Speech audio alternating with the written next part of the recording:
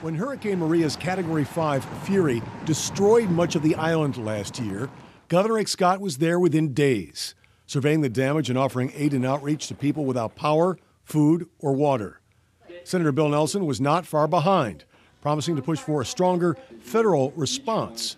But many Puerto Ricans fled the desperation and came to Florida. What no one knows is how many stayed here and how many will vote. We have seen it in our schools. We've seen it here in the community. When we're out registering voters, we see the impact.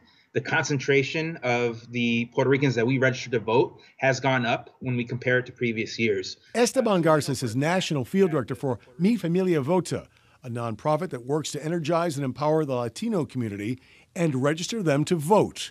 He says Americans coming from the U.S. territory where voter participation can reach 80% won't miss their chance to do something they've never done before.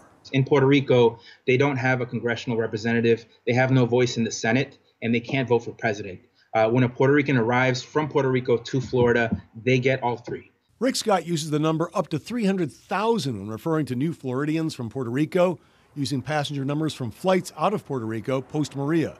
That estimate may be high, but if you need any more proof that he's targeting those voters, watch his brand new political ad, The Message in Spanish. When Puerto Ricans needed the help, he was the first to be there. La verdad que él, cuando los puertorriqueños necesitaron la ayuda, él fue el primero que dijo presente. Yet Cesar Grajales from another nonprofit, the Libre Initiative, has his doubts about all this. Libre promotes an economic freedom agenda and works on helping Latinos launch businesses while stressing self-reliance. Grajales doesn't necessarily see new Floridians from Puerto Rico creating any wave at the polls. Thinking about that thousands of people are registering from Puerto Rico to vote in this election cycle, I think is very difficult to assess that. I don't think anybody has the real number. But research after Maria by the Center for Puerto Rican Studies at New York's Hunter College may have that real number. Using its own studies of the decade-long exodus from Puerto Rico because of economic stagnation, Hunter projects that between 2017 and 2019, Puerto Rico could lose up to 470,000 residents, or 14% of the population. Their number one destination, Florida, with an estimated influx of between 40,000 and 82,000 people per year. There's more than 1 million Puerto Ricans here. There's more than in New York now. And at some point soon, there will be more Puerto Rican voters in Florida than there are Cuban voters. Hunter's numbers show that Senator Nelson and Governor Scott could be competing for new votes from up to 62,000 Puerto Ricans ages 18 and up.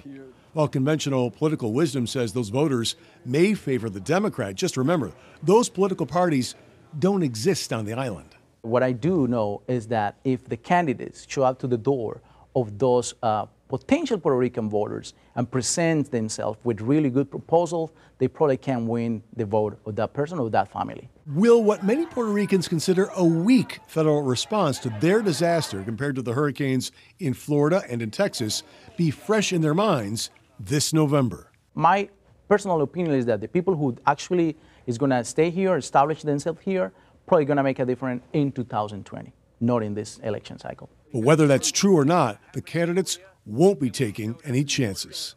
I see the Latino vote making a difference this election, and it's going to be a new day in Florida.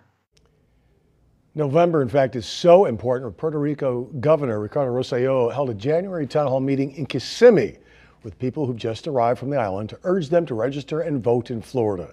He's vowed to build a voting coalition here on the mainland to exert influence on legislation that impacts Puerto Rico.